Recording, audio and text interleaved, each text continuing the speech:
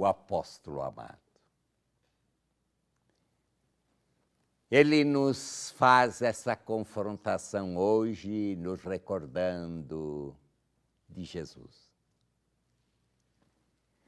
Todos reconhecerão que vocês são meus discípulos, minhas discípulas, se vocês viverem entre vocês um amor fraternal.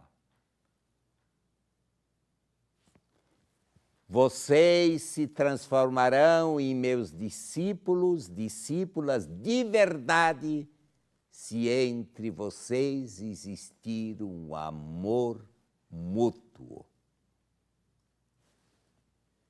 A nossa vocação primeira que nos foi dada por Deus Pai, lá no início do Gênesis, ao nos colocar no coração da criação e nos chamar a ser imagens de Deus, porque sermos imagem de Deus não é termos rosto, não é tanto faz sermos novos, velhos, com corpo de mis, com corpo defeituoso, inteligentes, menos inteligentes, brancos, negros, seja qual for a raça.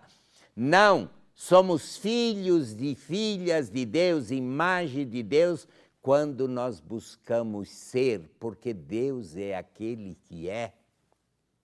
Na medida que somos, não significa não ter defeito, não significa não termos fraquezas, não significa não cairmos. Não é nisto que está a santidade. A santidade está no esforço diário de sermos melhores, de nos amarmos mutuamente como Deus vive em si o amor eterno.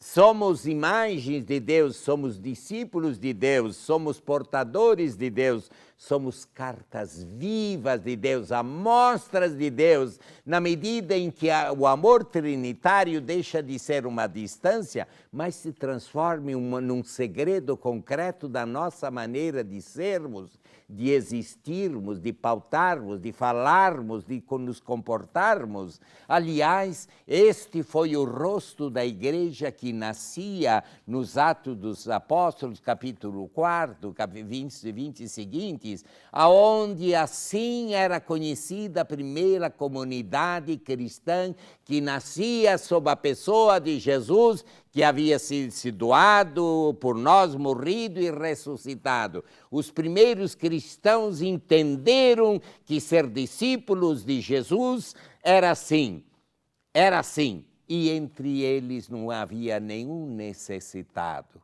Os que possuíam bens distribuíam para os que não tinham. Eles viviam assíduos na vivência da palavra, na Eucaristia, no amor fraterno, e não havia entre eles nenhum necessitado.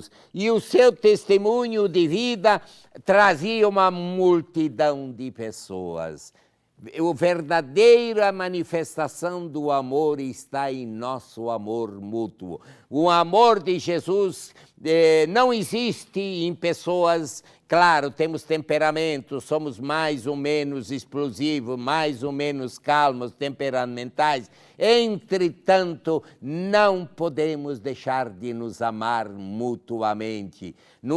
Deixar de nos amar mutuamente por Deus e entre nós. Vede como eles se amam. Esse é o carimbo do cristão. Essa é a mostra igreja da vida cristã. E não há entre eles nenhum necessitado no corpo, na alma e no espírito, necessidades materiais e espirituais. Então, esse é o ninho do amor. Aliás, esse é o sonho maior da humanidade, de uma convivência, de uma fraternidade, onde todos os bens da humanidade, todos os bens da criação, todas as conquistas contribuam para o bem de todos e uma humanidade mais fraterna, a chamada civilização do amor, que tem sobre luz a palavra de Deus, a pessoa de Jesus, o mistério de Deus. Vede como eles se amam. Vocês são meus discípulos se vocês se amarem mutuamente.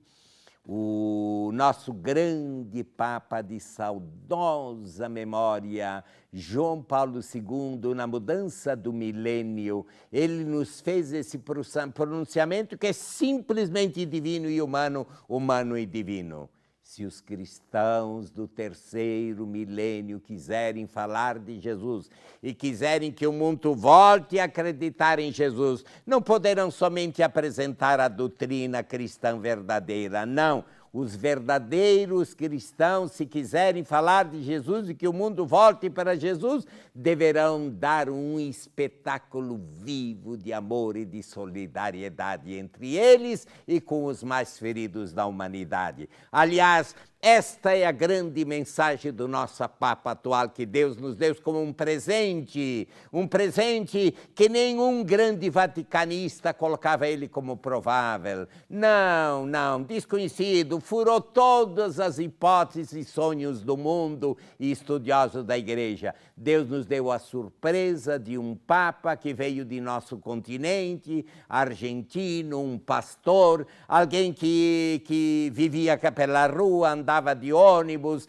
encontrava os pobres, ceava com os pobres, nos deu um Papa que escolheu o nome de Francisco e que ao primeiro momento se apresentar em público disse: rezem por mim, e a partir daí ele é um Papa que tem gesto de bondade, tem uma paixão, tem ternura com as crianças, volta-se para todo, pede que bispos, padres e tudo desçam do trono, se tornem serviço, uma igreja servidora, uma igreja pobre, uma igreja comprometida com a dor da humanidade. Essa que voltará. Incrivelmente, essa maneira de ser deste Papa, amando a todos, já aproximou as religiões, já está sendo convidado por todas as nações do mundo, é olhado com simpatia, porque o ser humano quer ser entendido, quer ser tratado bem, quer amar, quer se sentir compreendido, quer se sentir perto, quer se sentir abraçado. Se Deus é distante do coração de hoje,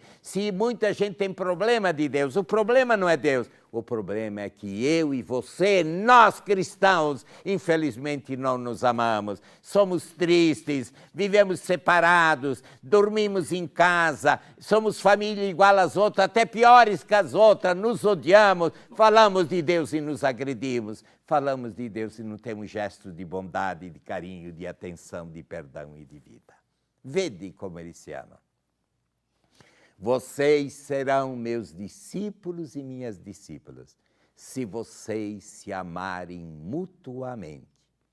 E Jesus chegou a dar o parâmetro, que vocês se amem como eu os amo. Como? Não como você se ama, mas como eu os amo. Eu saí de mim, vim ao mundo e me encarnei sendo Deus para dizer que os amo. Assumi toda a dor humana. Me aproximei dos pecadores, beijei os pés, me ofereci na cruz, perdoei e rezei pelos que me mataram na cruz. Ressuscitei para que você, cristão, você seja meu discípulo. Se vocês entenderem isso, vocês serão meus discípulos. É nisto que o mundo voltará a acreditar em mim. Eu e você somos chamados a sermos rostos de Cristo, rosto de Deus, discípulos do Mestre. É verdade? Os nossos gestos mostram o amor de Deus ou a nossa vida apaga o amor de Deus? Vamos meditar e vamos responder. Pai, nos abençoe com a redenção do Teu Filho, com a ação do Teu Espírito e pela mediação de Maria, em nome do Pai, Filho e Espírito Santo. Amém.